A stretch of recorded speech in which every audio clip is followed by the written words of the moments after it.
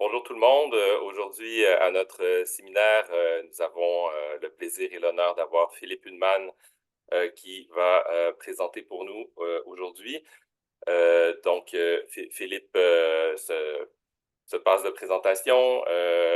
Il a publié beaucoup d'articles, de livres sur la biologie de l'évolution, sur Kant et le concept d'organisme et plus récemment sur la philosophie et l'histoire de l'écologie.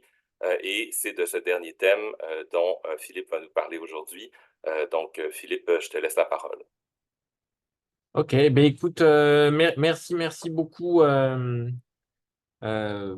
Antoine, et merci tout le monde. Ça me fait bien plaisir de vous parler à distance. Voilà, je viens, très anecdotiquement, je viens de voir un vieux copain suisse et qui m'a dit là comme ça, venu du ciel, ah, c'est trop sympathique le Québec, j'aimerais bien vivre à Montréal. Voilà, je pose ça là. Euh, donc, le type qui va faire une présentation catastrophique, mais qui a trop envie qu'on, quand même, on l'aime bien. Voilà. Alors, catastrophique, je sais pas, mais long en tout cas. En fait, c'est un travail où je présente, je mélange un peu des choses, c'est-à-dire un travail que j'ai fait. Donc, ça fait pas mal d'années maintenant que j'ai travaillé, comme l'a gentiment rappelé Antoine, sur la biologie de l'évolution, et puis un petit peu plus récemment sur l'écologie théorique. Et en fait, il y a une grosse question qui m'intrigue depuis vraiment longtemps, qui est comment penser les rapports entre écologie et évolution. Donc, cette présentation, elle est sur l'aspect historique. J'ai travaillé sur l'aspect historique. Et puis, dans la mesure où c'est une question qui, historiquement, a travaillé les écologues depuis plus d'un siècle. Et puis, j'ai travaillé et je travaille toujours sur qu'est-ce que ça veut dire maintenant d'essayer de faire sens du rapport entre biologie et évolution. Donc, je vais présenter un peu les deux. C'est pour ça que je dis à long terme, et je vais présenter un peu des échantillons de ce que j'ai cru comprendre de l'histoire de la question. Et puis, à court terme, et puis je vais présenter un petit peu la situation euh, où on en est, hein. Pour reprendre le titre d'un article très célèbre de Ernst Mayr, que Dennett lui avait piqué là, Where I am, Where are we? Voilà, donc l'image que vous voyez là, c'est évidemment un ruban de Möbius, et le ruban de Möbius, il a l'intérêt de montrer une surface dans laquelle on est d'un côté et puis insensiblement on est de l'autre côté. Et on ne sait pas le moment où on passe d'un côté à l'autre côté. Ça me semblait une bonne métaphore de ce qui se joue sur la frontière de l'écologie et l'évolution. Et de manière un petit peu plus, toujours métaphorique en fait. Une question sur le frontière de l'écologie et de l'évolution. C'est donc une question sur une frontière. Et une frontière, ça a la particularité à la fois de rapprocher, hein, puisque les Suisses et les Français d'Annemasse sont très très proches, et en même temps, la frontière, c'est ça qui sépare les Suisses et les Français. Et donc, la question de la frontière entre évolution et écologie, c'est la question de à la fois l'entre-appartenance des deux disciplines. Je dis discipline à défaut d'un mot meilleur, c'est sans doute plus complexe que ça. Et ce qui s'est expérimenté depuis effectivement plusieurs décennies comme leur incompatibilité. Alors, je vais partir de définitions euh, standard, hein. Et au niveau des définitions, quand on se centre sur l'écologie, puisque c'est vraiment une présentation centrée sur, c'est la question du point de vue de l'écologie, hein, ce que je raconte aujourd'hui, il y a une définition très célèbre, hein, de l'écologie par Haeckel, qui va donner d'ailleurs beaucoup plus tard son titre au livre de Greg Cooper, The Science of the Struggle for Existence. Et donc, il dit écologie, comme on dit en anglais, c'est la science de la lutte pour l'existence, d'où une référence totale, évidente, transparente à l'évolution, puisque à Darwin, et Haeckel est reconnu pour avoir été le plus grand communicateur de la biologie darwinienne au XIXe siècle. Et si on prend dans une sorte de je sais pas comment, pas de manuel, mais et d'état de l'art des sciences biologiques en 49, hein, un très gros livre. Alors, le chapitre écologie était confié à George Hutchinson et John Dewey. Les sciences écologiques, disent-ils, sont les sciences qui considèrent les organismes en relation à leur environnement et les uns avec les autres, ce qui effectivement n'est pas très controversable, mais qui ne fait aucune mention de la biologie évolutive, de l'évolution par sélection naturelle. Voilà, donc dès le début, on a ces deux choses-là. Et puis, oups, merde, merde, merde. Pardon. Si maintenant on regarde, je m'excuse du fait d'avoir un peu mélangé l'anglais et le français dans les diapos, hein, comme tout le monde, enfin comme beaucoup, j'imagine, je construis des présentations par sédimentation de présentations antérieures, donc ça donne parfois voilà, quelqu'un devrait faire une histoire évolutive darwinienne de l'ensemble des présentations PowerPoint existantes, ce serait marrant. Euh, L'écologie, pour dire vite, n'est pas un domaine extrêmement unifié. C'est un point très important en fait de la question que je traite. C'est-à-dire que autant on s'accorde pour dire qu'il y a l'écologie des paysages, la biogéographie, l'écologie des communautés, de l'écologie fonctionnelle, l'écologie des populations, autant une discipline qui s'appellerait l'écologie théorique, personne ne sait exactement à quoi ça ressemblerait, même s'il y a des tentatives, j'en reparlerai. Et la seule chose qu'on sait, c'est que c'est pas exactement la même chose que l'écologie politique, en gros, mais à part ça, pas davantage. Le point qui m'intéresse, c'est que, au fond, cette ambiguïté dans les définitions dont j'étais parti à l'instant se reflète dans quelque chose qui pourrait être un gradient dans la présence de l'évolutionnaire dans l'écologie. C'est-à-dire que si vous êtes du côté de l'écologie des communautés ou de son fruit qui est la biologie de la conservation, hein, dans les disciplines que je listais, il y en a qui sont vieilles comme l'écologie des populations, il y en a qui sont très récentes hein, comme l'écologie des paysages ou la biologie de la conservation. Donc si biologie de la conservation, écologie des communautés, il y a beaucoup, et j'en parlerai beaucoup, il y a beaucoup d'évolutions dedans, d'évolutions par sélection naturelle, darwinienne. Si on regarde l'écologie fonctionnelle, ou ce qu'on appelait parfois l'écologie, toujours, hein, l'écologie des écosystèmes, vu de très loin, ça ressemble beaucoup plus à de la thermodynamique qu'à de l'évolution. Il y a plus précisément les notions de sélection naturelle et d'héritabilité, qui sont les notions core, hein, les notions fondamentales de la biologie évolutive, ne sont pas très présentes. Voilà. Euh, et alors, on pourrait historiquement voir au niveau d'un auteur qui reviendra beaucoup dans ce que je raconte, hein, qui est central dans la biologie du XXe siècle, qui est Hutchinson, comment les élèves de Hutchinson ont réparti en quelque sorte la biologie, l'écologie autour de ce gradient. C'est-à-dire d'un côté, on va aller avec MacArthur vers l'écologie des communautés, la biogéographie des îles, l'écologie comportementale, et c'est ça, j'en parlerai pas mal. Et de l'autre côté, on va aller avec les frères Odum vers une écologie, effectivement, déjà avec Lindemann, et j'en parlerai, et puis les frères Odum vers une écologie moins évolutionnaire, en fait, puisqu'on pense beaucoup en termes de systèmes thermodynamiques, de relations input-output dans les systèmes, de circulation de l'énergie et de la matière, etc. Euh, Alors, toujours de manière un peu contextuelle, hein, je présente un peu le contexte de cette question que je traite depuis longtemps et que je traite ici de manière historique, en tout cas plus historique. Si on voulait regarder, formaliser très vite les rapports le plus simplement possible entre écologie et évolution, et ça renvoie beaucoup à ce ruban de Möbius, ça déplie, si vous voulez, le ruban de Möbius dont je parlais au tout début. Euh, on peut se dire que dans l'écologie, au fond, et dans l'évolution, ce qui va jouer, c'est comment on définit le variant et l'invariant, hein.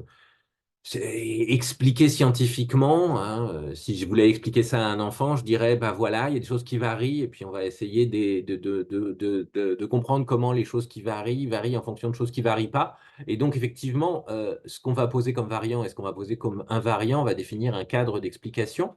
Et le fait est que dans l'écologie et dans la biologie évolutive, ça semble assez différent et presque inversé. C'est-à-dire quoi? C'est-à-dire euh, dans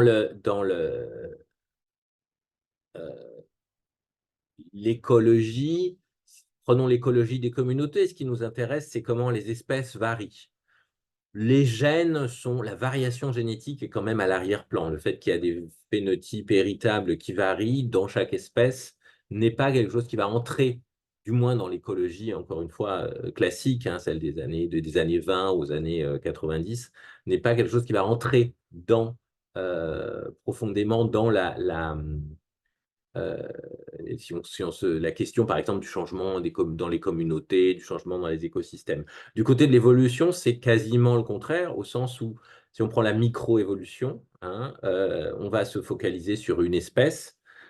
Et puis, si on se focalise sur une espèce, il va y avoir une relative bien sûr, inconstance de l'environnement, c'est-à-dire que l'ensemble des espèces qui constituent l'écosystème dans lequel est l'espèce focale ne va pas se modifier, ou en tout cas se modifier vite, hein, puisque la question du rapport entre le variant et l'invariant, c'est souvent beaucoup plus précisément la question du rapport entre ce qui varie vite et ce qui varie tellement lentement par rapport à ce qui varie vite qu'on peut le considérer comme constant. Bien évidemment, si on prend, je sais pas, la lignée des équidés, c'est clair que son environnement a beaucoup changé à cette échelle d'évolution. Euh, le, et en revanche, les fréquences géniques ne sont pas fondamentalement variables. Voilà. Alors, bon, ça, c'est pour donner un petit peu une idée de la diversité des questions écologiques. Il va y avoir mais bon, vous connaissez comme moi, donc je vais très vite, hein. Les biologies des populations se centrent beaucoup, l'écologie des populations se centre beaucoup sur la question des abondances des différentes espèces. En haut, vous avez du Lotka Volterra, hein, en haut à gauche. La biologie fonctionnelle l'écologie fonctionnelle se pose beaucoup de questions sur euh, les réseaux d'interaction, en particulier, ça a été pendant très longtemps, comme à gauche, les réseaux trophiques. Et puis, on a intégré des réseaux de pas mal d'interactions, mutualistes, compétitives, etc. Et quant à l'écologie des communautés, l'une des questions, c'est massive, c'est les patterns de distribution de la biodiversité, en particulier, par exemple, la distribution des effectifs d'espèces, comme sur le schéma du milieu. Euh, alors, la question des rapports entre évolution et écologie est une question qui, depuis une quinzaine d'années, est vraiment centrale, au point que le syntagme Eco-Evolutionary Dynamics ou Eco-Evolutionary Feedback est un syntagme qu'on retrouve très, très souvent. Alors, ça, c'est l'un des livres Somme de Hendry qui vraiment travaille cette question depuis très longtemps. Et puis, voilà, j'ai donné quelques articles, hein, qui sont encore une fois, de ces 10 dernières années, sur la question de comment définir, en fait, les rapports entre écologie et évolution en termes de feedback, c'est-à-dire que le changement évolutif agit en retour sur le changement écosystémique et inversement, avec tout un tas de questions concernant en particulier ce qui peut moduler les différents feedbacks. Ça, le dernier papier que je viens de montrer, que je montre là, c'est sur la question de savoir si les eco-evolutionary feedback, ça doit se comprendre en termes de changement rapide changement rapide d'un côté écologique, qui produisent des changements lents évolutionnaires et réciproquement. Et alors, l'une des choses qui est très intéressante, c'est que autant cette question de eco-evolutionary feedback est vraiment quelque chose qui est assez récent, hein, le concept, hein, il y a des papiers de Anna, Anna Coco dessus, et autant là d'où vient la question, c'est-à-dire l'idée que, en fait, c'est pas si évident, c'est pas toujours si évident, contrairement à ce que je disais au départ pour fixer les idées, mais c'est pas toujours si évident de tenir relativement fixe ou non le changement écologique par rapport au changement évolutionnaire et réciproquement. Euh, donc cette question de qu'est-ce qui se passe quand on ne peut pas séparer l'échelle de temps écologique et l'échelle de temps évolutionnaire? Alors, c'est donc la citation du bas, hein, donc dans l'un des papiers que j'ai montré, Bassard et collègues, quand les échelles de temps écologique et évolutionnaire ne peuvent pas être séparées, le changement évolutionnaire peut être aussi rapide que le changement écologique, et il y a beaucoup de preuves que le changement évolutionnaire rapide arrive souvent, assez souvent, pour être important et non seulement théoriquement intéressant. Mais en fait, si je reviens en arrière, dans un des papiers sur les rapports entre écologie et évolution des années 70, Jan Antonovitch, donc biologiste de l'évolution, auteur d'une contribution très importante, puisque l'une des contributions, entre guillemets, preuve expérimentale majeure de l'évolution darwinienne sur la tolérance aux métaux chez les plantes, Antonovitch écrit euh, les changements de temps évolutionnaire et de processus écologiques peuvent avoir lieu sur n'importe quelle échelle de temps et assez fréquemment, les changements écologiques et génétiques, donc ce qui sous-entend évolutionnaire, sont simultanés. Et il rajoute expliquer l'abondance et la distribution des organismes, donc ce qui vraiment a à voir avec l'écologie des populations et des communautés, est basiquement un problème génétique puisque l'amplitude écologique d'une espèce a un composant génétique. Euh, donc, ceci pour dire que, au fond, cette question, encore une fois, il y a énormément de papiers ces 5 ou 6 dernières années sur Eco-Evolutionary Feedbacks et de manière générale sur comment articuler évolution et écologie. Euh, et ça, je vais en parler. Mais ces changements, pardon, mais cette question est en fait assez ancienne. Et d'où le programme de cet exposé, assez simple au fond. D'abord, je vais vous parler de ça à long terme, c'est-à-dire qu'est-ce qui s'est passé.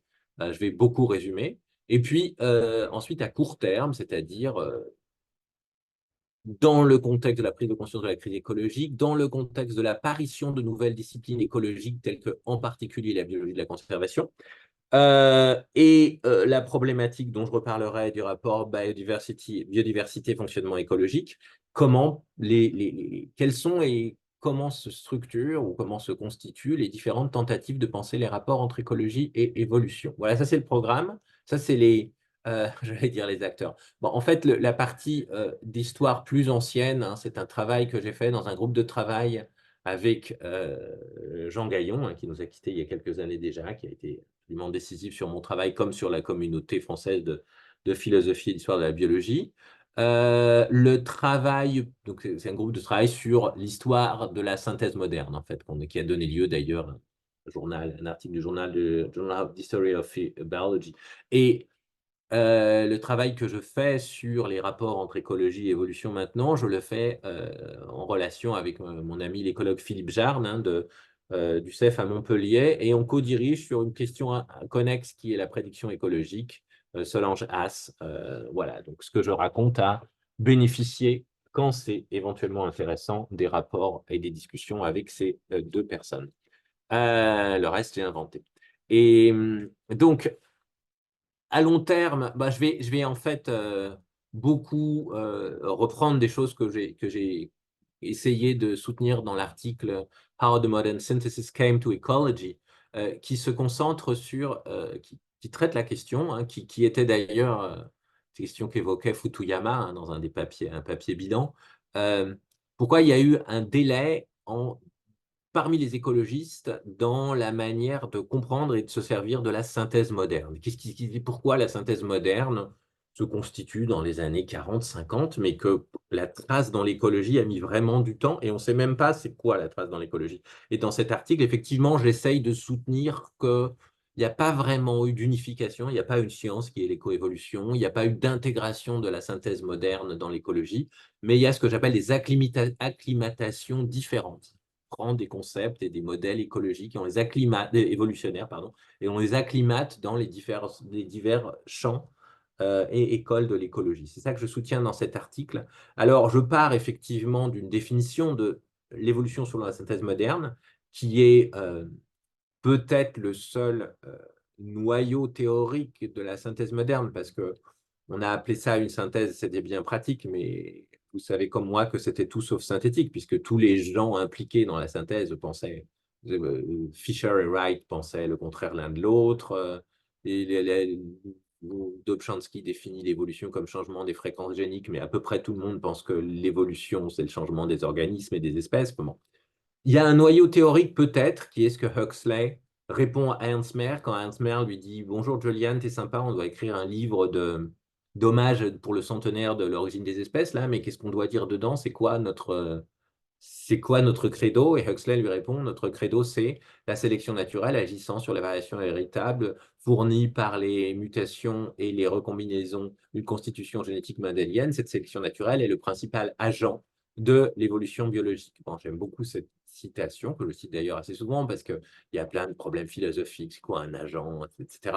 Bon, mais là je ne commente pas, je dis juste que il y a deux éléments qui sont les deux éléments de la synthèse moderne, hein, la centralité de la génétique quantitative et populationnelle d'une part, en tant que, d'autre part, expliquant le processus de l'évolution par la sélection naturelle. Et bon, donc, dans cette recherche, hein, je me demandais comment ces concepts, c'est-à-dire la sélection naturelle, la perspective génétique, sont arrivés dans l'écologie. Euh, encore une fois, je vais un peu vite parce que je vais pas tout résumer et parce que j'ai envie de vous parler de ce que je fais maintenant aussi. Euh, je centre un peu comme de cette histoire, enfin, je donne quelques jalons. Il y en a dans Animal Ecology de Elton, sur lequel Antoine a écrit des articles qui font date. Il y a l'Ecological Genetics de Ford. Ford était un étudiant de Fisher. Il y a d'amusant le fait que, vu de loin, on pourrait se dire Ecological Genetics. Bah, c'est ça, l'évolution, enfin, l'union de l'évolution et de l'écologie. Mais en fait, Ecological Genetics, c'est essentiellement une discipline consacrée à détecter la sélection naturelle dans la nature, hein. On va en Sicile, on regarde les papillons, et on essaie de montrer, grâce à des patterns de variance génétique, que l'explication, c'est essentiellement à la sélection naturelle et que Wright a tort. Donc, c'est Ecological Genetics.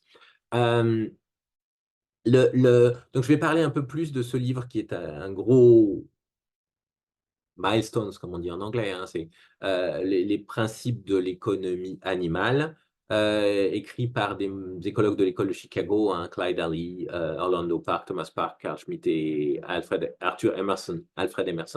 Euh, bon, les travaux de David Lack sur d'écologie aviaire et sur en particulier la taille des clutch size, hein, la taille des nids, ont été très importants pour montrer pour ouvrir la voie à l'écologie comportementale comme science des traits des organismes vue comme effet de la sélection naturelle à l'échelle de l'individu. Euh, les deux choses dont je vais parler ici, c'est essentiellement donc le Principles of Animal Ecology et ce qui s'est joué dans le symposium de Cold Harbor euh, en 57 sur la biologie des populations. Et puis, je parlerai un petit peu de MacArthur et Wilson. Donc, les principes de l'écologie animale, hein, c'est un très gros livre, hein, il fait plus de 800 pages, qui synthétise, du moins, qui a pour ambition de synthétiser l'écologie animale en 1949.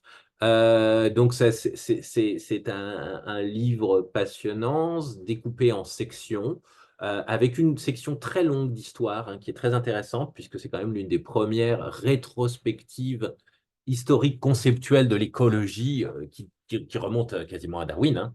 Euh, la deuxième section, qui inclut énormément de physique, de chimie, de géochimie, est une section sur l'environnement. La troisième est consacrée aux populations. Hein, donc effectivement, on pourrait dire, la troisième section, c'est écologie des populations. Quatrième section, c'est écologie des communautés. Cinquième section, c'est écologie et évolution. Et là, justement, on essaye d'articuler évolution et écologie.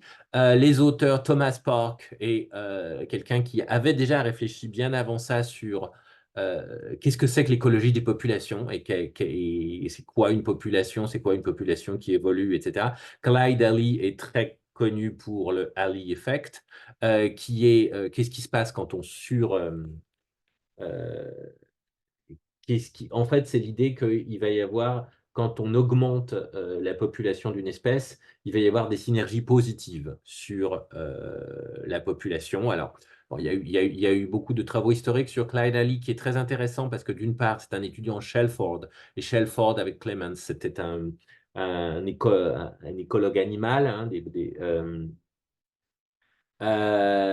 et Shelford était sans doute l'un de ceux qui, avec Clemens, a beaucoup réfléchi en termes de cadre théorique général de l'écologie. En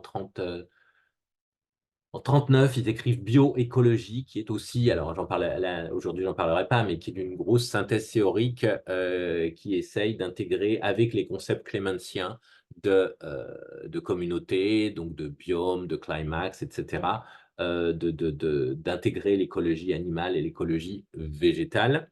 Et Clyde Ali était un Quaker, donc il avait ses idées aussi, il a des idées assez finalement positives sur la création, le règne animal, les humains, etc. Je laisse complètement ça de côté. Emerson, lui, Alfred Emerson, était un spécialiste des insectes sociaux et en particulier des termites, et c'est l'un des élaborateurs du concept qui est revenu il y a une vingtaine d'années de super-organismes appliqués aux colonies de termites, de fourmis et de guêpes et d'abeilles.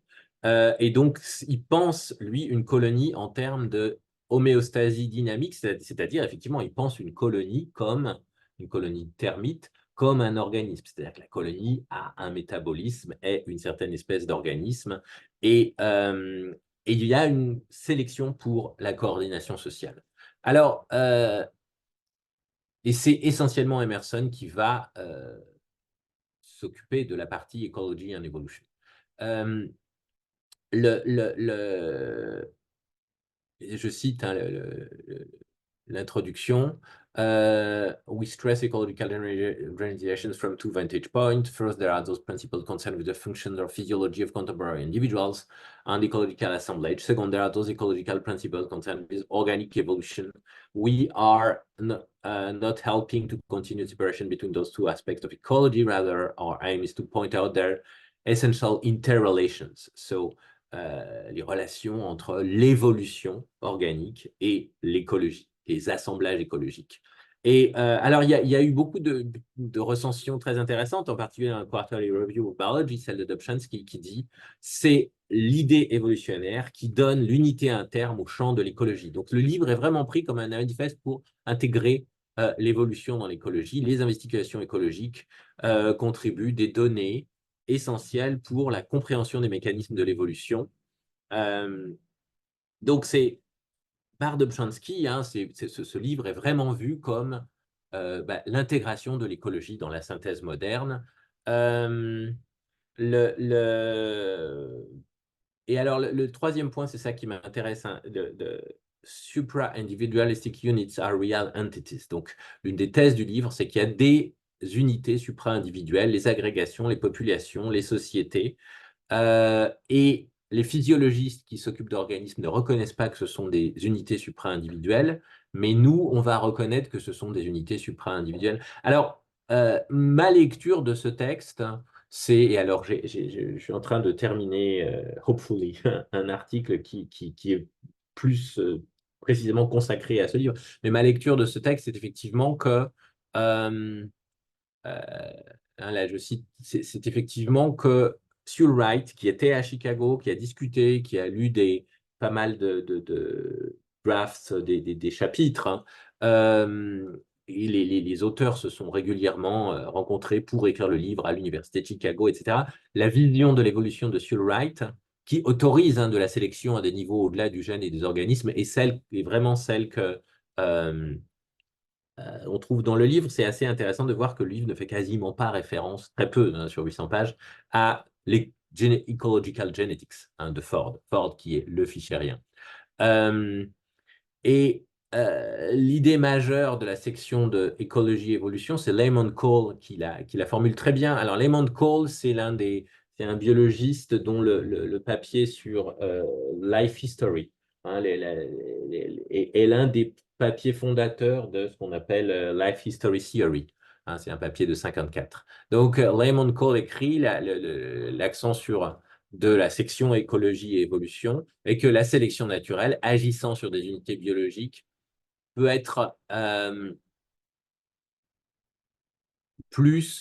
enfin que les unités pardon, et biologiques sur lesquelles les sélections agissent peuvent être plus que des individus, des organismes individuels. Et Dobzhansky, dans sa recension, écrit « Je n'ai pas d'objection sérieuse contre l'idée que les communautés écologiques sont des super-organismes. » Donc l'évolution apparaît, advient au niveau des communautés écologiques. Alors il y a un tableau très instructif, tableau 30 du livre, où ils font un parallèle strict entre trois cibles de l'évolution de la sélection naturelle, les cellules, qui ont leur anatomie, qui sont composées de protoplasmes, qui ont des symétries, des gradients, l'organisme multicellulaire et la communauté. Et chaque aspect, dimension, propriété de la cellule se retrouve dans l'organisme multicellulaire et dans la communauté. Et pourquoi? Parce que chacune de ces choses est constituée comme une unité par la sélection naturelle. Il y a la sélection naturelle, par exemple, produit sénescence et réjuvénation de la cellule, sénescence et réjuvénation de l'organisme, sénescence et réjuvénation de la communauté. Le programme est vraiment... Alors évidemment, il y a des degrés divers de conscience scientifique de ces choses. C'est-à-dire autant on a une phylogénie, par exemple, et des patterns de gènes, autant la phylogénie des patterns, la phylogénie des communautés, c'est pas quelque chose qu'on connaît bien. Enfin, bon, ce parallélisme me semble très important. Bon, ça, je passe. Alors, je disais, mais je passe aussi très vite, c'est dans le papier, mais il me semble que il y a ce qui structure le livre, les inspirations théoriques de leur version de l'écologie animale, c'est Stuart Wright, comme je disais, et les idées de Clements sur le développement, les communautés qui sont en développement, qui ont un métabolisme et qui sont en développement. Et donc, en deux mots, il me semblait que ce qui se passe dans ce livre, c'est le glissement d'une conception qu'on avait dans les années 30, qui était représentée beaucoup par Clemens, c'est ce que les livres, les manuels reprennent, de la communauté comme organisme, de la communauté écologique comme organisme, pensée en termes physiologiques, elle a un développement, elle a un métabolisme, à la communauté pensée comme analogue à l'organisme, mais non pas dans la perspective de la physiologie, mais dans celle de l'évolution par sélection naturelle. C'est la sélection naturelle qui constitue la communauté comme une unité cohésive fonctionnelle dotée d'un métabolisme de la même manière que la sélection naturelle constitue les organismes en unité à partir de cellules différentes. Là, je cite, la communauté est un résultant de la sélection écologique. Donc, euh, alors, bon, euh, je cite dans mon dernier paragraphe un Dobzhansky qui dit ceci est cette vision est un correctif important à la vision naïve que l'évolution est promue exclusivement par la lutte pour l'existence. Ce qu'on appelle la lutte, d'où les guillemets, implique des éléments coopératifs comme disopératifs. Disopératif, c'est un concept qu'on trouve beaucoup dans bioécologie de Shelford et Clemens. C'est des opérations qui ont des effets nuisibles sur les partenaires des opérations. Et donc, les disopératifs, c'est le contraire du coopératif. And the former, les éléments coopératifs sont plus efficaces adaptativement. C'est très intéressant parce qu'au fond, on dit souvent, et moi aussi d'ailleurs, que à partir des années 60, la biologie évolutive va intégrer la coopération, à partir de Hamilton et puis Trivers, va intégrer la dimension coopérative et cesser d'être cette théorie de la compétition qu'on opposait à des visions, je pense à Kropotkin par exemple, à des visions de l'entraide, de la coopération chez les animaux. Et ça m'est même arrivé d'écrire que c'est l'élargissement, c'est 64, c'est Hamilton, c'est l'élargissement de la biologie à la coopération, mais en fait non, c'est 49, comme le reconnaît Dobzhansky. Alors, les Principles of Animal Ecologists abordent si on regarde l'écologie de très loin, deux très gros problèmes de l'écologie, ce qu'on appelle population regulation ou population integration, ou dans un papier classique de Solomon de la même année, natural control, ce qui est la régulation des effectifs des espèces. Le fait expliquer pourquoi les effectifs des espèces ne varient pas chaotiquement, pour dire vite.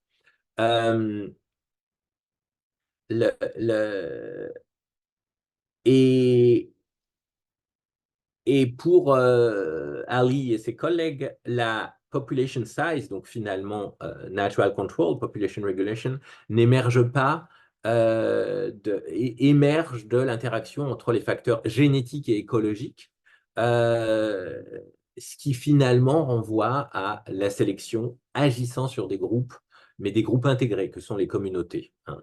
Euh, et donc, si vous voulez, l'idée, c'est, me semble-t-il, que ce grand schème intellectuel, hein, qui est le parallélisme de la sélection au niveau de l'organisme et de la communauté écologique, permet d'unifier les deux grosses questions écologiques, hein, la question de la communauté et donc les questions de comment les assemblages communautaires se constituent, qui était la question de Clemens, hein, la question de est-ce qu'il y a des lois de la succession dans les communautés, et la question de la régulation des effectifs d'espèces. Dans les deux cas, c'est l'effet euh, de la sélection naturelle impliquant des processus coopératifs et non désopératifs qui permet ça. Alors, j'avais prévu beaucoup trop de choses, donc je vais essayer, je vais un peu passer à l'une des autres choses que j'essayais de montrer, c'était comment, en fait, donc dans euh, ce texte, hein, historiquement très important qui est le Cold Spring Harbor Symposium on Population Biology, euh, qui regroupe, hein, dans des écologues majeurs, hein. Carl Hoon, c'est celui qui fait les expériences sur les rats de Norvège. Qu'est-ce qui se passe quand qu'on surpopule des environnements avec des rats et ils se mettent à faire n'importe quoi, enfin, etc. Dobzhansky, Lewontin. Donc et dans ce symposium, euh, on va beaucoup essayer de résoudre une question qui, depuis 15 ans, a beaucoup occupé les écologues, hein. C'est très, c'est très étudié dans le livre de Kingsland, par exemple, chez Mittman.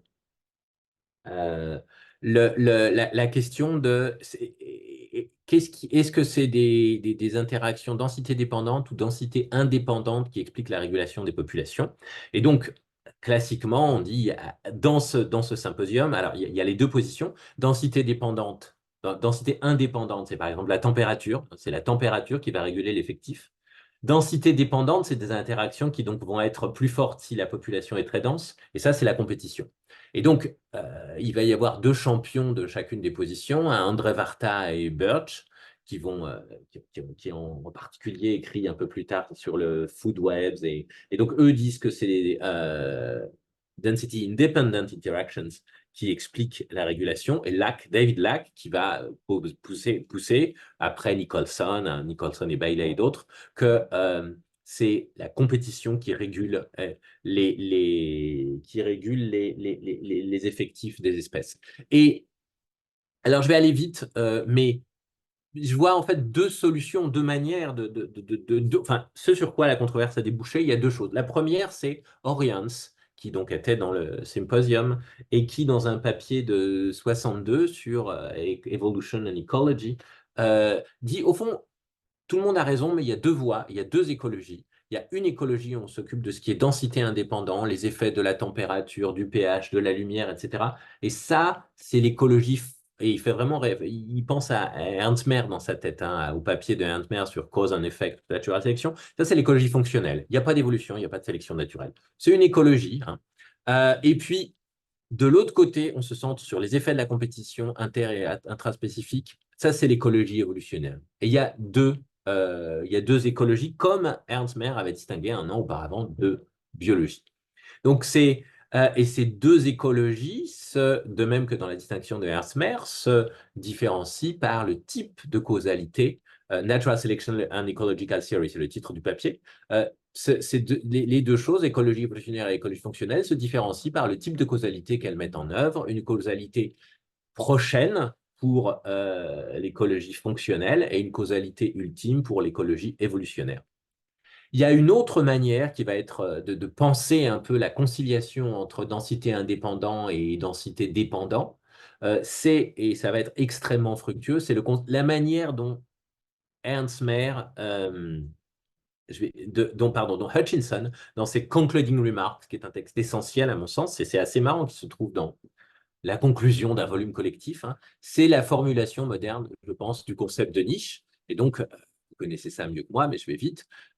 C'est quoi une niche? C'est une propriété, la niche d'une espèce, c'est une propriété de l'espèce. Si on pense euh, un espace abstrait qui est l'espace des paramètres environnementaux, c'est quoi la niche fondamentale d'une espèce? C'est le sous-espace de l'espace abstrait dans lequel l'espèce peut vivre. Donc, les valeurs des paramètres, la niche fondamentale est définie par la gamme de valeurs des paramètres dans laquelle l'espèce peut exister.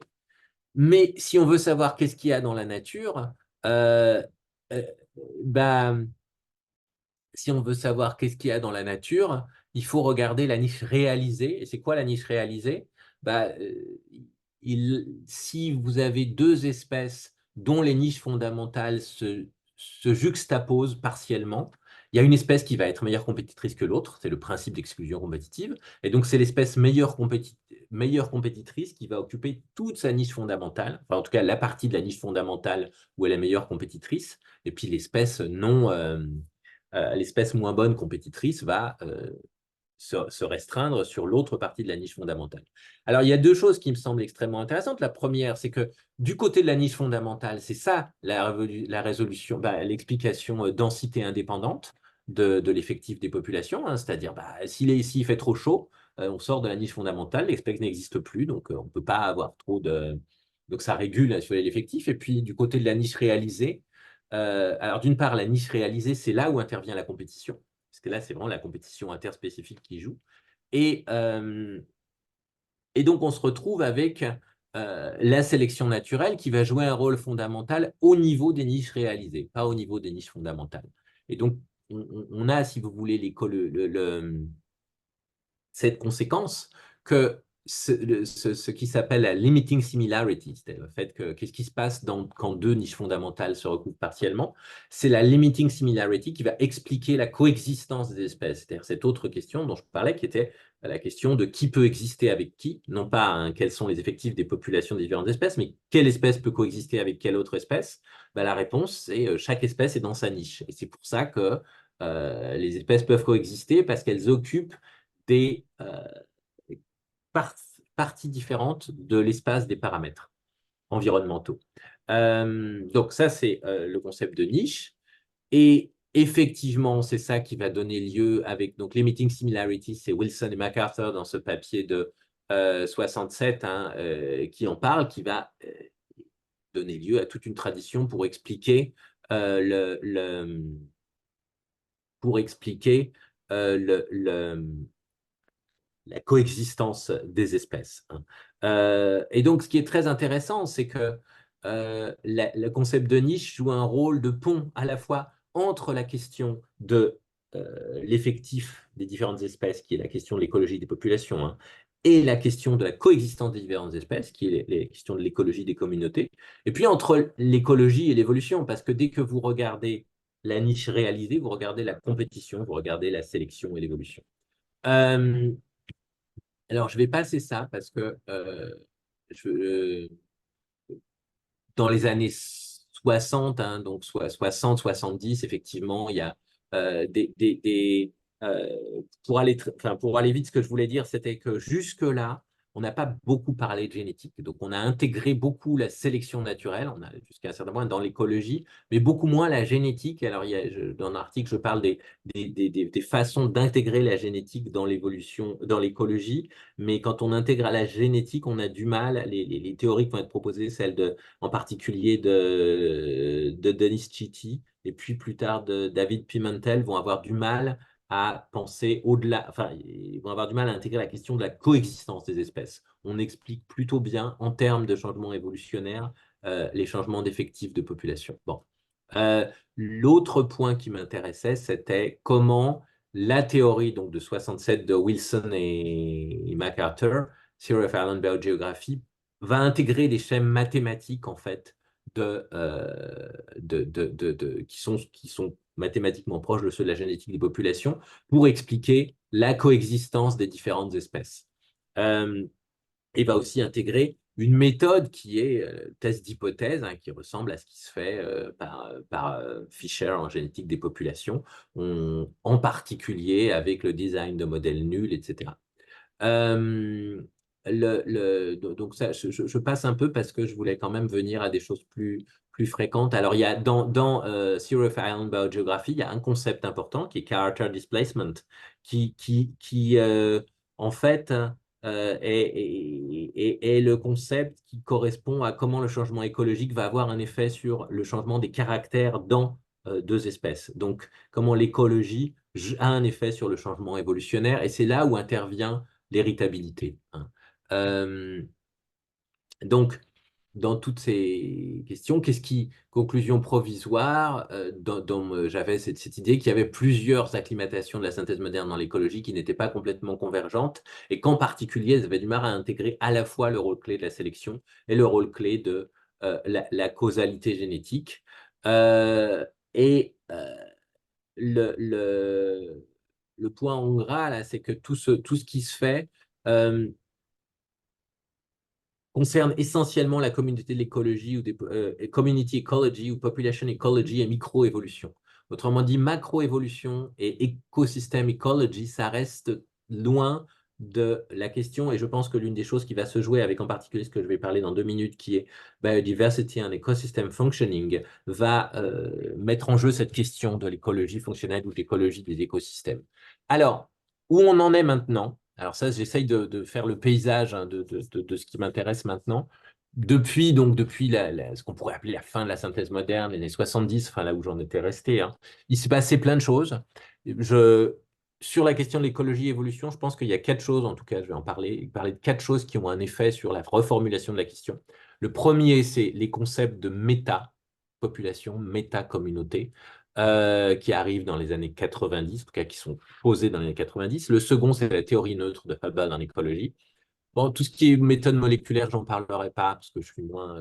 Voilà. Et puis, ce qui se fait, et ce qui fascine beaucoup les philosophes depuis 20 ans, depuis 15 ans, sous le nom de construction de niche. Euh, donc, métapopulation. Là, je pense que j'ai pas vraiment creusé, mais un petit peu. Et l'une des questions qui a beaucoup intéressé Richard Levins, donc c'est l'un de ces, avec Wilson, MacArthur, Lewontin, donc un de ses héritiers, un peu de MacArthur, qui est quand même des grands mathématisateurs de l'écologie et de la biologie évolutive. L'une des questions qui a intéressé Levins, c'est qu'est-ce qui se passe quand les environnements changent? Alors, il y a des papiers importants, hein, sur Evolution Changing Environments. Et puis, donc, il va construire des concepts. Alors, il y a le coarse grain versus fine grain fitness. Et puis, il y a métapopulation. Métapopulation, c'est une population d'une espèce, mais distribuée dans l'espace de manière non uniforme en patch. Alors, ça veut dire quoi? Ça veut dire, premièrement, quand ça va être développé, on va recourir aux outils de la théorie des graphes, hein, puisque c'est des patchs, c'est un réseau, hein. Euh, Deuxièmement, au fond, on tire les conséquences du modèle qui était le modèle de MacArthur et Wilson, hein, dans Theory of Island Biogeography, où vous avez ce qui était un modèle inland-mainland. Donc, vous avez un continent qui est un pool d'où proviennent des individus de différentes espèces. Et puis, vous avez des îles qui sont à des distances différentes de ces continents. Et puis, les espèces peuvent migrer dans les différentes îles et entre les îles. Bon. Alors évidemment, des îles, c'est pas forcément des îles dans la mer, ça peut être n'importe quel patch, n'importe quelle zone isolée des autres zones, sans flux de gènes, sans trop de transport continu d'individus. Euh, alors, la métapopulation, elle, n'est pas là pour répondre à des questions de biodiversité, puisqu'il n'y a qu'une seule espèce, elle est là pour comprendre, pour faire de l'écologie des populations. Alors, il y a différents, hein, je mets dans la slide, hein, différents types de métapopulation. La population classique de Levins, c'est des patchs, soit remplis, soit pas remplis, des patchs spatiaux. Et Donc ça, c'est un travail très important, me semble-t-il, parce que effectivement, ça introduit l'espace dans la question du rapport entre écologie et évolution. Hein. L'espace et la structure de l'espace. C'est quelque chose d'assez fondamental aujourd'hui, puisque c'est ce qui va permettre de penser la fragmentation des habitats. Or, on sait que c'est l'une des 5 causes principales de la perte de biodiversité, la fragmentation des habitats, et ça va être au centre de la biologie de la conservation, qui est cette partie, je dirais, de l'écologie des communautés qui s'intéresse à comment conserver la biodiversité. Donc, l'outil théorique pour penser la fragmentation, c'est la métapopulation. Et Hansky, qui a d'ailleurs eu le prix Carrefour il n'y a pas très longtemps, qui est disparu malheureusement, a fait quand même une bonne partie de son œuvre sur la métapopulation. Et le deuxième bouquin, donc là, le premier livre, c'est Metapopulation Ecology, et celui qu'il a dirigé en 91, ça s'appelle Metapopulation Biology, Ecology, Genetics and Evolution. Et là, on inclut, enfin, on se pose des questions sur comment ce changement écologique euh, impacte l'évolution. Alors, bon, avec les métapopulations, par exemple, on peut penser le rescue effect, hein, comment une espèce en train d'être disparue peut avoir des ressources des ressources en quelque sorte génétiques, hein, pour quand même survivre. Bon, si je voulais penser en termes théoriques assez généraux, je pense que l'un des points essentiels, c'est quand même le rôle majeur de la dispersion, puisque c'est ça qu'on pense avec les métapopulations, c'est la dispersion. Et donc, directement, vous avez cette question, vous avez directement une question évolutionnaire qui est, mais au fond, comment la dispersion évolue, puisque la dispersion elle-même est sous sélection naturelle. Et non seulement elle est sous sélection naturelle, mais pour penser la dispersion à un niveau évolutionnaire, il faut penser le rapport entre dispersion et compétition. Alors, vous avez des très beaux modèles source sink et un source puits, par exemple celui de Mouquet et Loro, où en fait, si on prend à l'échelle à l'échelle spatiale de enfin, la communauté, et très exactement la métacommunauté, hein, donc je viens dans une seconde, donc non pas une métapopulation, mais des patchs habités par des communautés, on se rend compte il va y avoir, en tout cas, il peut y avoir une évolution vers un équilibre dispersion-compétition. Le meilleur compétiteur occupe un patch, le plus mauvais compétiteur va se spécialiser dans la dispersion et donc va être dispersé dans d'autres patchs. Et c'est comme ça qu'on peut comprendre certains équilibres évolutionnaires. Euh, donc, philosophiquement parlant, qu'est-ce qu'on voit là? On voit comment la structure de l'espace, avec ce petit mot méta, devient un facteur d'intelligibilité. On a des métapopulations. Euh, on a des métacommunautés à partir de 91, hein, 91-92, ça va être très théorisé par Leibold, Chase et Holyoak, pardon. Et les métacommunautés, elles permettent, alors, les métacommunautés, il s'agit encore une fois de penser comment l'espace structure l'écologie, comment l'écologie se passe sur des espaces structurés, pardon. Et les métacommunautés, elles, elles ont beaucoup d'applications. Il y en a une qui est intéressante, je cite un papier sur les symbiontes, hein, puisque finalement, au fond, si on pense en termes de microbiote, par exemple, un individu, c'est une communauté, un organisme, puisqu'il y a beaucoup de symbiotes, et puis c'est un individu, un organisme, hein, c'est même un mammifère, c'est pas spatialement homogène. Donc, au fond, il va y avoir des patchs, il va y avoir des patchs de lignées bactériennes. Donc, on va penser, c'est un papier je suis désolé, j'ai oublié le nom, mais un papier récent où on pense à l'échelle des symbiontes, les métacommunautés. Deuxième changement majeur, la théorie neutre en écologie. C'est quoi la théorie neutre en écologie? C'est la théorie qui va radicalement contester la limiting similarity, qui va dire non, non, ce qui explique les patterns de biodiversité, c'est pas seulement que ceux qui sont bons pour les sols secs, ils sont sur les sols secs, ceux qui sont bons sur les sols humides, ils sont là, il y a des sols humides. Ce qui explique la biodiversité, c'est random walk, c'est des changements stochastiques, alors qu'on peut modéliser. Et au fond, ce que dit Hubble, qui publie la communauté, qui publie la théorie neutre en 2001, même si les éléments essentiels sont publiés à la fin des années 70, mais en 2001, il met ça dans un cadre de métacommunauté. Hubble, quand il rétrospectivement réfléchit, il dit, moi, ce que je propose, c'est un modèle de dispersal assembly. C'est la dispersion qui constitue l'assemblage, alors qu'on avait des niche assembly models, mais on avait quand même un proto-dispersal assembly model avec Island Biogeography. Donc ça, je passe un peu sur Hubble. Bon, j'en ai beaucoup parlé ailleurs, mais... Euh, et troisième élément qui change un peu la donne, la construction de niche. Alors encore une fois, il y a énormément de papiers sur la construction de niche chez les philosophes, puisque dans le bouquin de 2003, Hodling-Smith, Leyland, donc Feldman qui est généticien des pop, Hodling-Smith et Leyland qui sont behavioral ecology.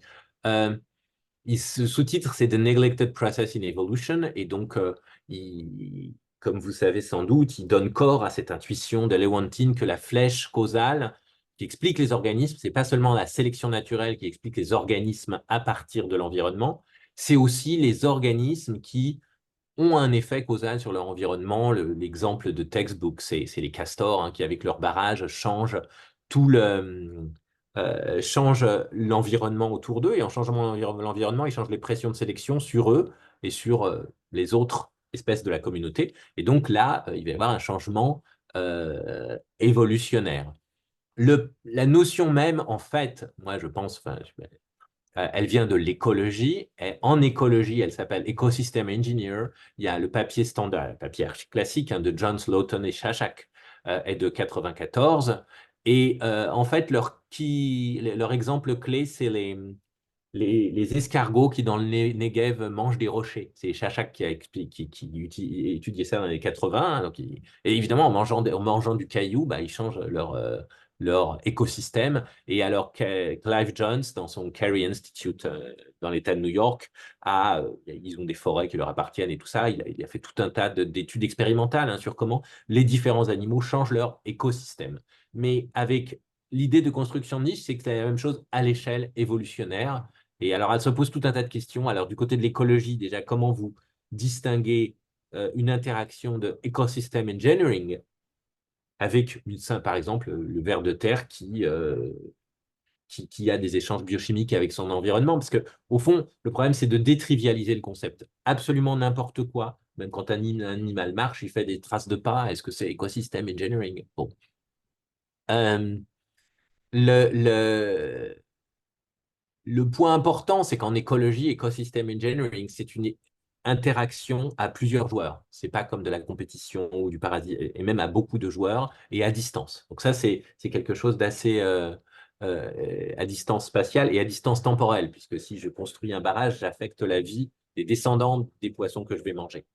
Euh, alors, le troisième chose, et je pense que j'ai beaucoup parlé, donc je pense que là, j'ai juste fait le paysage, et puis voilà, mais c'est déjà ça, euh, qui change aussi beaucoup, c'est le fait que le rapport entre biodiversité et fonctionnement d'écosystèmes devient depuis...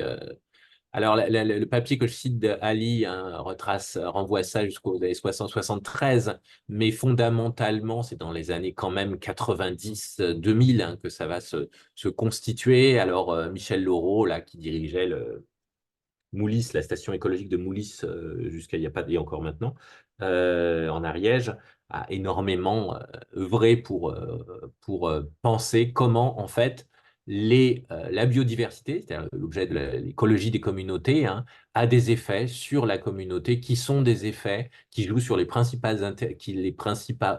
processus écologiques et éco-environnementaux qui ont des effets en retour sur la biodiversité. Donc là, je mets vous avez un graphique où vous voyez à la fois des interactions entre espèces diverses et puis des flèches qui représentent les principaux processus chimiques ou biochimiques qui affectent les écosystèmes. Hein. Le papier de l'euro, de 2001 à quelque chose comme 5000 citations, enfin, c'est vraiment ça occupe beaucoup de gens et c'est un champ théorique très important. Biodiversity and Ecosystem Functioning, il y a un papier de l'équipe de Tillman là, que je cite. Et Tillman, c'est l'un des auteurs de la Limiting Similarity, la version moderne de la théorie de la similarité limitante. Bon, voilà. Donc, dans ce champ, alors, il y a en partie des questions qui sont justement c'est quoi le rapport entre biodiversité et niveau trophique hein, dans les communautés? Et puis aussi, il y a des questions épistémologiques. Hein, comment on peut finalement comprendre, parce que on met ensemble des échelles très différentes. Donc, qu'est-ce que nous apprennent des petites expériences écologiques hein, Et d'où sort Biodiversity and Ecosystem Functioning? À mon sens, c'est au fond le croisement entre deux lignées hein, qui viennent derrière de Hutchinson. Mais l'écologie des écosystèmes, alors là, je mets le papier phare de 42 de Lindemann, hein, qui était ce postdoc de Hutchinson, qui d'ailleurs a publié ce papier parce que Hutchinson l'a l'a- a convaincu, mais personne n'en voulait. Hein. Parce que c'était trop général et trop mathématique pour la limnologie de l'époque. Donc ça, je vous montre le schéma que vous connaissez probablement, qui est l'un des premiers schémas d'écologie des écosystèmes,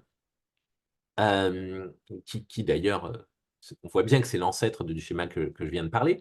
Et puis, il s'agit c'est cette tradition qui va fusionner avec la tradition des questions sur la biodiversité, hein, typiquement celles qui ont été impactées par la biologie, la Island Biogeography de Wilson et MacArthur, avec en background, effectivement, les questions qui nous intéressent, hein, pratiques, l'érosion de la biodiversité et la crise environnementale. Donc, la conscience qu'on ne peut pas comprendre l'érosion de la biodiversité en se focalisant uniquement sur la biodiversité.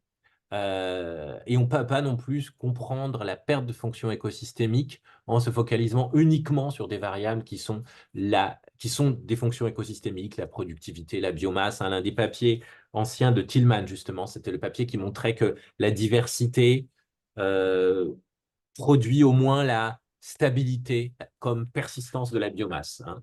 Et au fond, ces deux biodiversity et ecosystem functioning, c'est la réconciliation de deux manières de voir cette chose qui habite l'écologie théorique depuis le début du XXe siècle, hein, l'hypothèse de diversité-stabilité. La diversité produit la stabilité. Hein. Une manière de voir, c'est selon laquelle la stabilité, c'est la constance relative des effectifs ou des abondances des espèces.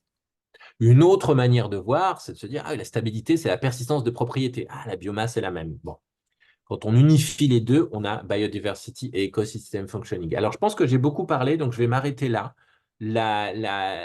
Sauf si vraiment, Antoine, tu veux que je résume la fin, ou sinon, je peux en parler dans les conclusions. C'était la fin de mon talk, c'était de mon exposé, c'était, je voyais trois manières de penser aujourd'hui dans le cadre que je viens de rappeler, hein, les rapports entre écologie et,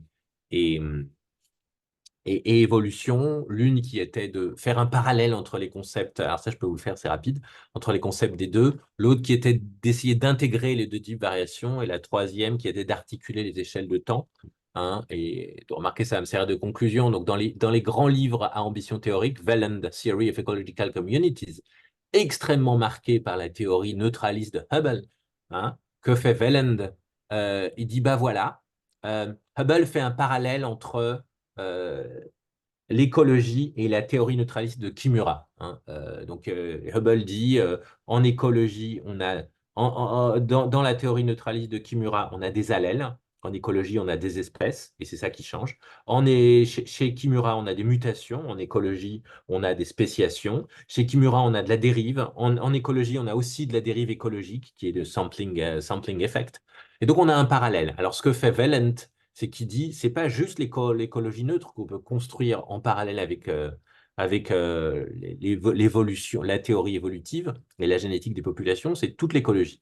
En écologie, on a quatre forces, comme en génétique des populations. Hein, on a niche, on a migration, on a spéciation et on a dérive. Et voilà. Donc, on unifie, c'est le même schéma théorique. C'est ça l'unification. L'autre point, alors après, je vais m'arrêter, mais juste l'idée, c'était, euh, il y a une autre manière qui consiste à essayer d'intégrer, et ça, en fait, je cite le papier phare, hein, c'est celui de Viol et collègues, The Return of the Variance. Ça consiste à dire, mathématiquement, on peut regarder la variance intraspécifique, c'est-à-dire la variance dans l'écologie. Parce que en général, si vous prenez un réseau trophique, hein, chaque espèce, c'est un point.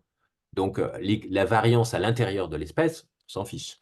Euh, Viol et ses auteurs se disent, bah, qu'est-ce qui se passe quand on regarde à l'intérieur de l'espèce? On admet dans notre modèle de la variation euh, intraspécifique. Sauf qu'on ne peut pas trop faire la différence entre variation héritable et puis variation de type plasticité phénotypique. Ça veut dire que ça ne fait pas exactement la même chose qu'en évolution.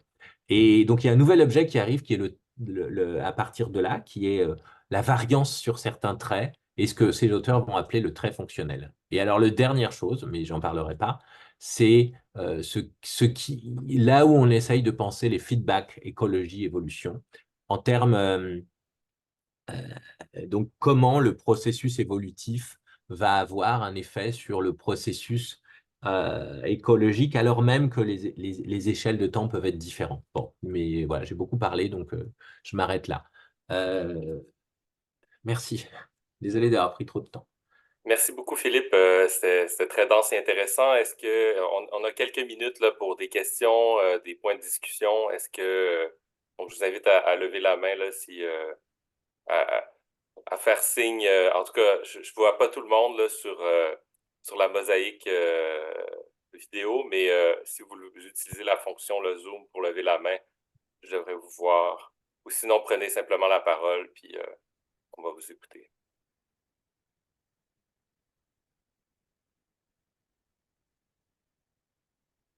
Oui, Fabrice. Juste rapidement, une question. J'étais très intéressé par l'approche de Hubble de 2001. Y a-t-il chez Hubble une référence à des auteurs anciens, je parle des auteurs des années 20, qui y avaient pensé, qui étaient vraiment contre la théorie de l'évolution par sélection naturelle pour les espèces et qui ont fait un parallèle avec l'évolution des communautés végétales. Je pense à Duritz. Et il y a bien chez Duritz ce parallélisme entre les autres auteurs, hein, les allèles des espèces, et des propositions de transformation, d'évolution des communautés végétales sur la base de quelque chose qui s'apparente à la théorie neutraliste, même si évidemment le terme n'est pas utilisé. Alors,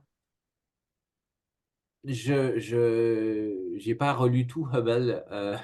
Là, je pense que ça m'évoque rien, mais en revanche, quand il essaye de se situer historiquement, Hubble, il y a trois choses. La première, c'est effectivement la référence à MacArthur et Wilson, parce qu'au fond, une bonne partie de Theory of Island Biogeography, il n'y a pas de sélection. Vous avez un continent, vous avez des îles, vous avez un taux de passage du continent à un île, vous avez une distance qui dépend en fait de la distance entre continent et une île et de la taille de l'île, etc. Et avant les derniers chapitres, dans mon souvenir, il n'y a pas énormément de sélection naturelle. Ensuite, l'une des grosses références de Hubble, c'est aussi euh, c'est évidemment la théorie neutre de Kimura, même si d'une certaine manière, comment dire, d'une certaine manière, les parallèles stricts qu'il va faire, il les formule après coup. C'est-à-dire, par exemple, il va dériver, alors il y a un nombre qui est le nombre de biodiversité θ, qui construit à partir euh, de l'intérieur de sa théorie, et il va dériver une formule qui est la probabilité de trouver une espèce euh, dans une communauté de la métacommunauté, et en fait, elle va être la même formule qu'à sampling formula de Ewens pour trouver, qui vous donne la probabilité de trouver un allèle dans telle et telle condition. Et la troisième chose, c'est, je pense, le, euh, comment dire, il y a une ambiguïté qui est enfin, des questions philosophiques de la théorie neutre de Hubble, et que Hubble pose lui-même. Hein, est-ce qu'il propose une explication de la biodiversité, en particulier d'un pattern de biodiversité qui est le species, la distribution des effectifs d'espèces, ou est-ce qu'il propose une hypothèse nulle pour penser, pour évaluer les explications euh, par la sélection naturelle. Et là, en fait, historiquement, la référence implicite, c'est quand même aussi quelque chose qui a beaucoup marqué les gens, qui est en particulier Hubble, hein, qui est le checkerboard, c'est-à-dire la controverse à partir des travaux de Diamond sur les archipels, je ne sais plus lequel, désolé, où Diamond va dire, Diamond et O'Connor, je crois, oui, là, on a un archipel et puis on a comme un pattern en damier, hein. Là, vous avez l'espèce A, à côté, vous avez l'espèce B, puis l'espèce A, etc. Et ça, c'est le signe que c'est la compétition qui gouverne la distribution de la biodiversité dans ces îles. Et il y a eu un très grosse controverse avec Simberlove qui va répondre, mais non, parce que tu n'as pas formulé d'hypothèse nulle. Et si tu dis que c'est la biodiversité émerge entre guillemets par hasard, au fond, bah, tu vas te retrouver assez souvent avec un pattern de damier. Donc, tu n'as rien prouvé du tout. Et en fait, c'est vraiment une controverse violente, hein. Il y a un papier de Rogarden qui prend le parti de Simberloff et qui dit oui, mais en fait, euh, non, qui prend pardon, le parti de Diamond et qui dit non, mais vous n'avez ceux qui sont avec ces histoires de patterns, de random model et tout ça, n'ont rien compris à l'écologie. Et c'est complètement des mathématiques, mais ils ont un sens du terrain. Enfin, donc et en fait, il se trouve que j'ai pas mal écrit autour de la théorie neutre. J'avais longuement interviewé Hubble et Hubble me disait, et je lui disais, mais comment ça se fait que ton premier papier sur la théorie neutre, c'est sur les coraux? C'est en 77. Euh, et puis sur la forêt, je ne sais plus quelle forêt, au Panama, la Barro Colorado, là où il y a la station. Et en fait, le livre, tu le publies en 2001, il m'a dit, oui, mais tu sais, j'ai écrit ça, et dans le même temps, il y a eu cette controverse sur les patterns en damier qui a été extrêmement violente, et enfin, vraiment, qui a marqué le champ, et j'avais pas du tout envie de me retrouver, surtout que moi, en plus, avec ma théorie neutre, j'avais pas du tout envie de me retrouver dans quelque chose comme ça. Et le fait est que la théorie neutre reste chez les écologues extrêmement clivante, hein. Moi, j'ai des copains écologues qui m'ont dit, ouais, c'est n'importe quoi, c'est juste une copie de Kimura, mais quel intérêt, etc. Donc, voilà, historiquement, c'est les seules choses que je peux dire sur. Merci. Très bien. Merci. Est-ce qu'on a d'autres questions ou interventions? Je vois Monsieur Godron, il faudrait allumer votre micro.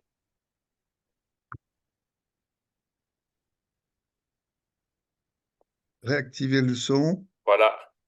Là, vous m'entendez? Oui. Voilà. Bon, je vais être bref. C'était tout à fait intéressant, des points de vue originaux, c'est très complet, etc. Et il se trouve que j'ai essayé de faire un petit article qui est exactement à la frontière entre écologie et évolution, tel que vous l'avez dit, une frontière qui sépare, mais qui d'un autre côté, etc., etc. Et je vous propose de l'envoyer à tout le monde. Enfin, je l'enverrai à Fabrice pour qu'il le diffuse auprès de tout le monde, Avec pour que vous plaisir. puissiez me dire si je suis plutôt du côté de l'évolution ou plutôt du côté de l'écologie. Voilà. Avec grand plaisir.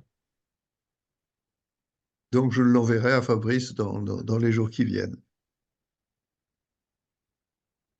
D'autres Mais questions, interventions?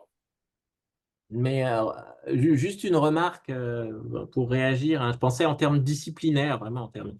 En France, il y a quelque chose d'assez amusant qui est que, à la fois, donc, encore une fois, la relation est compliquée entre écologie, évolution, etc. Mais après, quand je parle à des gens qui font de l'évolution, eux-mêmes, c'est les éco-évos, en fait. C'est une communauté, si vous voulez. Et en fait, ça reflète une chose française, hein, alors, en tout cas, c'est comme ça en France, qui est que au CNRS, qui structure quand même toute la recherche française, puisque tout le monde, même si vous n'êtes pas chercheur CNRS, salarié par le CNRS, votre labo, il est CNRS. Au CNRS, au fond, il y a une chose. Je m'en suis étonné que très récemment, alors que c'est un peu bizarre, mais ça m'a toujours trouvé ça complètement naturel. Vous avez les gens qui font des choses qui ont à voir avec la vie. Vous avez l'Institut national des sciences de la vie, qui regroupe les immunologistes, les cytologistes, les biologistes cellulaires, les biologistes moléculaires, etc. Et l'Institut national écologie-évolution, qui regroupe les biologistes de l'évolution et les écologues. Donc en fait, si vous êtes biologiste de l'évolution, en fait, vous n'êtes pas dans l'Institut des sciences de la vie au CNRS. Enfin, sauf quelques exceptions limitrophes, etc.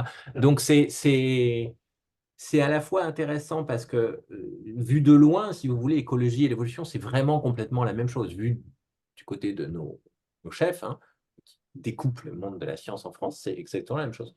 Mais ça correspond à quelque chose d'assez juste, qui est que dès qu'il est question de politique, en France en tout cas, les biologistes de l'évolution et les écologues sont plutôt du même côté. Si vous prenez quelque chose qui a été pas mal étudié, les controverses sur les OGM, en gros, pour dire très vite, les gens de l'Institut Écologie Évolution sont critiques.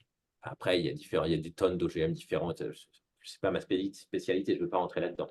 Et les gens qui sont du côté Institut national des sciences de la vie sont plutôt partisans. Hein. Donc, voilà, et donc, ceci pour. À la fois, c'est anecdotique, mais c'est aussi pour dire, je pense que moi, j'ai fait de l'histoire déjà très conceptuelle-philosophique. Je pense que si on veut vraiment comprendre ce qui se passe, cet arrière-plan institutionnel-politique est très important. Et il est comme ça en France, je ne sais pas dans les autres pays, je pense que ça ressemble un peu, mais pas à ce point-là. D'abord parce que une chose comme le CNRS qui structure toute la recherche française, c'est quand même assez, en un sens, assez unique. Est-ce qu'on a une autre question ou intervention? Moi, j'en aurais peut-être une, Philippe, qui revient sur des éléments dont tu as parlé au début de ta présentation sur Ouais. l'axe entre Clemens et le groupe de Chicago, là, Haley, Emerson et compagnie. Je me demandais, dans ce passage de la conception du superorganisme écologique tel qu'on le trouve chez Clemens et Shelford et la version chez Haley et ses collègues, on sait que Haley, depuis le début de ses intérêts en écologie, s'intéresse à l'altruisme, à la coopération, et ça devient un élément central de son concept de superorganisme, alors que il me semble que chez Clemens, on n'a pas ça, c'est-à-dire que le moteur de la succession écologique, c'est quand même un processus d'exclusion compétitive entre les diverses populations de plantes. Donc, il y a l'idée chez Clemens, il me semble, d'un superorganisme sans idée forte de coopération entre les parties, alors que chez Haley et ses collègues, ça devient central, cette idée de coopération entre les parties. Et je me demandais comment ça s'articule avec dans l'interprétation que tu nous donnes quel rôle tu verrais, s'il y en a un, dans les intérêts d'Haley pour la coopération et les transformations de la notion de superorganisme telle qu'on la trouve là, chez l'École de Chicago. Alors, je pense que comment dire, dans l'école de Chicago, il va y avoir effectivement des notions de coopération qui vont à la fois converger dans l'idée d'un rôle causal très important de la coopération dans la constitution des communautés, hein, et en même temps des divergences au sens où, par exemple, au fond, je connais mal Ellie, mais j'ai l'impression qu'il y a une sorte euh, de schème théologique est un mauvais mot, mais oui, enfin, il y a quand même cette idée il y a une bonté de la nature, pour le dire très naïvement. Alors que Emerson, par exemple, c'est vraiment cette idée qu'on ne peut pas comprendre en restant au niveau d'interaction compétitive individuelle, on ne peut pas comprendre les termitières. Bon. Et donc, il va y avoir une... Et ensuite, Emerson va sans doute, va sans doute, en quelque sorte, faire le travail conceptuel pour passer de là à au superorganisme. Bon. Et donc la notion de communauté, superorganisme, sélection au niveau des groupes. Et je pense que la différence avec Clemens, c'est que j'ai tendance à voir Clemens comme quelqu'un qui, au fond, est assez mécaniste. Enfin, je veux dire, il essaye d'expliquer c'est quoi les relations alors causales qui font qu'un lac, une forêt va se constituer. Il se trouve qu'il y a des patterns, les relations causales créent des patterns temporels parce que c'est assez régulier. Bon. Ces relations causales sont des relations d'exclusion. À un moment, il y a cette espèce, puis cette espèce, elle fait mieux. Donc bon, mais ce qui est, à mon sens, propre à la à l'école de Chicago, c'est que justement, Emerson part des colonies. C'est-à-dire, il va partir non pas d'une forêt, mais de quelque chose qui est très spécifique, qui est par exemple la colonie d'abeilles, où effectivement, c'est génétiquement proche, et il va partir des colonies pour aller aux communautés, et c'est donc le schème de la compréhension d'une colonie comme superorganisme qui va être utilisé pour penser la communauté écologique comme entité rendue cohésive par la sélection de groupe, de la même manière qu'un organisme multicellulaire est une entité rendue cohésive par la sélection individuelle. Autrement dit, ce qui est assez, en termes complètement anachroniques, ce qui est assez, en quelque sorte, si je voulais le mettre d'une manière, entre guillemets, provocante, je dirais que Emerson il est beaucoup plus proche en termes contemporains de David Sloan Wilson, pour qui, au fond, c'est quand vous avez des groupes, la coopération dans le groupe fait que le groupe marche bien, mais c'est quoi qui fait qu'il y a une coopération dans le groupe? C'est la compétition entre les groupes. Là, c'est un peu pareil, en fait, dans l'école de Chicago. Puisque sélection de groupe, au fond, c'est ça, hein, c'est sélection, donc compétition au niveau des groupes. Alors que c'est pas du tout comme ça dans la pensée de Clemens. Et donc, pour Clemens, il y a pas trop de problème à penser une compétition, des relations négatives euh, dans, dans,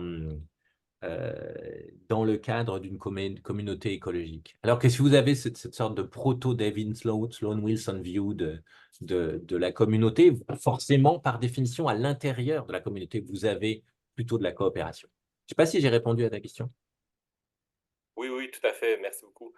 Je vois qu'il y a une question Il y a une question, ouais. dans le chat. Est-ce que tu veux la lire ou je la lis? Ouais, je peux la lire. Je voulais poser une question à propos des tensions, rapport entre théorie des écosystèmes et théorie évolutive, autour desquelles il y a eu nombreux débats concernant l'approche trop synchronique de certaines théories systémiques, le rôle de l'individualité, la possibilité d'appliquer les notions d'équilibre et d'autorégulation à différentes unités évolutives, l'ambiguïté entre réductionnisme et holisme. Vous avez touché la question, mais pouvez-vous préciser ce que vous en pensez et à quel point on en est aujourd'hui?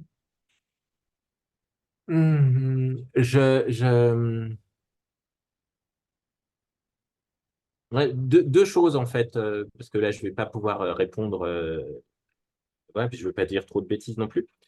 Euh, Il y a un papier et puis un livre assez classique de Joel Hagen de 89, 90, peu importe, où il parle de l'état de l'écologie post-45. Et Hegel oppose deux schèmes de pensée. Il reprend les mots à Hutchinson d'ailleurs. Il dit voilà, il y a que l'écologie holologique et l'écologie méréologique, je crois. Et donc, méréologique, au fond, c'est ce qu'on pourrait appeler l'individualisme méthodologique. Hein, classiquement, dans l'histoire de l'écologie qu'on enseigne, c'est Gleason. Hein, c'est une communauté, c'est un individu d'une espèce, puis un autre, puis un autre, puis un autre, puis un autre. Bon. Et puis, holologique, c'est une sorte de holisme. Hein.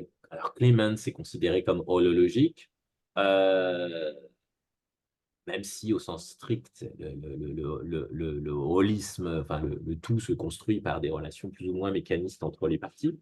Euh, et donc, effectivement, on pourrait dire, ben voilà, la théorie est très holiste, la théorie de l'écologie des écosystèmes, et puis l'écologie, quand vous pensez en termes évolutionnaires, vous pensez en termes de démographie, la démographie, c'est méréologique. Est-ce que c'est encore le cas maintenant? Je pense que euh, ce qu'on voit, si je pense par exemple à les questions sur le feedback, les théories sur le feedback écoévolutionnaire, je crois que euh, le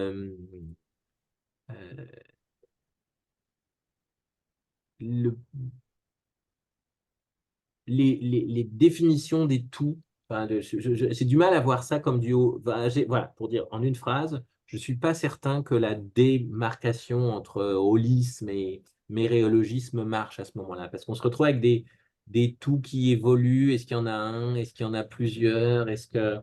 Euh, et, et en particulier, euh, si on prend par exemple, ouais, oui, voilà. Si on prend maintenant ce qui m'intéresse beaucoup, même si c'est assez compliqué mathématiquement, le retour de la variance, hein. Euh, on va avoir, à la fois, on va se centrer sur le trait, hein. C'est par exemple la manière dont il peut y avoir des variations dans le fait de métaboliser l'azote ou de décomposer. Donc, les individus des différentes espèces vont varier, hein. On appelle ça un trait fonctionnel, et les individus des différentes espèces vont varier selon ce trait. Et au fond, peu importe si un individu est de l'espèce A ou de l'espèce B, la question c'est la valeur de sa contribution à la fonction. Bon. Est-ce qu'on est méréologique? Bah, pas exactement, parce qu'on regarde plutôt, on regarde toutes les espèces ensemble, on regarde la communauté. Est-ce qu'on est holiste? Bah non, parce qu'on décompose en termes de traits. Donc voilà, donc ma réponse, c'est je me demande si la deuxième thèse de Hagen, qui était que, au fond, c'est comme des grandes perspectives sur le monde, c'est le cube de Necker, hein. Soit on est méréologique, soit on est holologique. On ne peut pas être les deux ensemble. Si on est l'un, on n'est pas l'autre, mais chacun nous donne une vision. C'est ça la richesse de l'écologie. Je ne suis pas certain que ça marche encore. J'ai vraiment l'impression on est dans un mode où à partir du moment où, encore une fois, on passe au très fonctionnel, hein, qui est vraiment, c'est un objet très étrange. Il a une base génétique, mais pas forcément. Il est pas forcément il est pas propre à une espèce parce qu'il est dans plusieurs espèces, etc. Donc voilà. Donc ça, ce serait un peu ma réponse. C'est vraiment une question, enfin, encore une fois, très complexe et justement, c'est une des questions qui m'intéresse pas mal, mais voilà. Merci. Merci beaucoup, Philippe, pour ces réponses.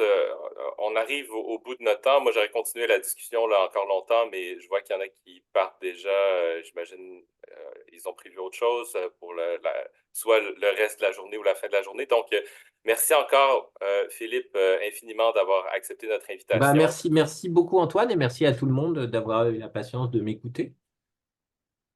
Et donc, ben, je te souhaite une bonne fin de journée, une bonne fin de journée aux autres personnes qui sont sur le continent européen. Bonne Voilà.